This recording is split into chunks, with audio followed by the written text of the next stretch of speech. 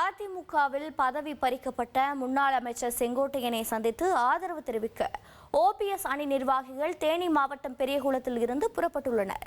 கூடுதல் தகவல்களோடு இணைகிறார் செய்தியாளர் சிவசபாபதி. சிவசபாபதி வணக்கம். ஓபிஎஸ் அணி சார்ந்த நிர்வாகிகள் முன்னாள் அமைச்சர் செங்கோட்டையனை சந்திப்ப போவதாக தகவல் வெளியாக இருக்கிறது. அவர்கள் முன்னாள் அதிமுகவில் என்னென்ன பதவியை வகித்தவர்கள், தற்போது அவர்களை செங்கோட்டையன் சந்திக்க இருக்கிறாரா? மேலும் கள நிலவரம் என்ன?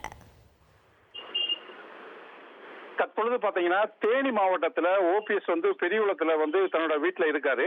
இது மட்டும் இல்லாம ஓபிஎஸ் ஆதரவாளர்கள் அப்படின்னு சொல்லக்கூடிய முன்னாள் அதிமுகவினுடைய மாவட்ட செயலாளர் சைதுகான் தலைமையில பாத்தீங்கன்னா கிட்டத்தட்ட ஒரு 200க்கு மேற்பட்ட நிர்வாகிகள் செங்கோட்டையனை சந்திச்சு ஆதரவு தெரிவிக்கிறதுக்காக பெரியகுளத்துல இருந்து கிளம்பியிருக்காங்க.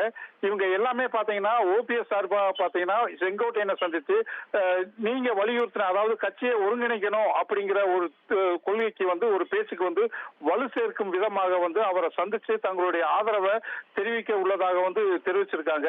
மேலும் பாத்தீங்கன்னா எடப்பாடியினுடைய இதுல பல குற்றச்சாட்டுகள் சொல்லியிருக்காங்க. அதாவது அதிமுக அலுவலகத்தை இடித்த நபர், அவரை கட்சியை உடைக்க முயற்சி நபரை மீண்டும் கட்சியில எப்படி இணைக்கலாம் அப்படின்னு சொல்லிட்டு கேட்டதுக்கு சைதுகான் மாவட்ட செயலாளர் சைதுகான் சொல்லியிருக்காரு. இவங்க கட்சியில கட்சி அலுவலகத்தை உடைக்கிறத பத்தி பேசியிருக்காங்க. ஆனா கொடநாள்ல நடந்த கொலை கொள்ளை இதுக்கு எல்லாமே 1.5 கோடி தொண்டர்கள்ல யார குற்றம் சாட்டினாங்க அப்படின்னு சொல்லிட்டு ஒரு மறைமுகமான ஒரு கருத்தை வச்சிருக்காரு. இது மட்டும் இல்லாம அதாவது எம்ஜிஆர் மற்றும் ஜெயலலிதா காலங்களிலும் கட்சி அலுவலகத்துல இது போன்ற அடிதடி எல்லாம் நடந்திருக்கு. ஆனாலும் எம்ஜிஆர் ஜெயலலிதா போன்றவர்கள் மன்னித்து மறந்து கட்சியை ஒருங்கிணைச்சு இது வரைக்கும் கொண்டு வந்தாங்க. அதே போல செங்கோட்டையனுடைய கருத்துக்கு ஓபிஎஸ் சார்பாக நாங்க ஆதரவு தெரிவிக்க போறோம் அப்படின்னு சொல்லிட்டு கிளம்பி சென்றிருக்காங்க.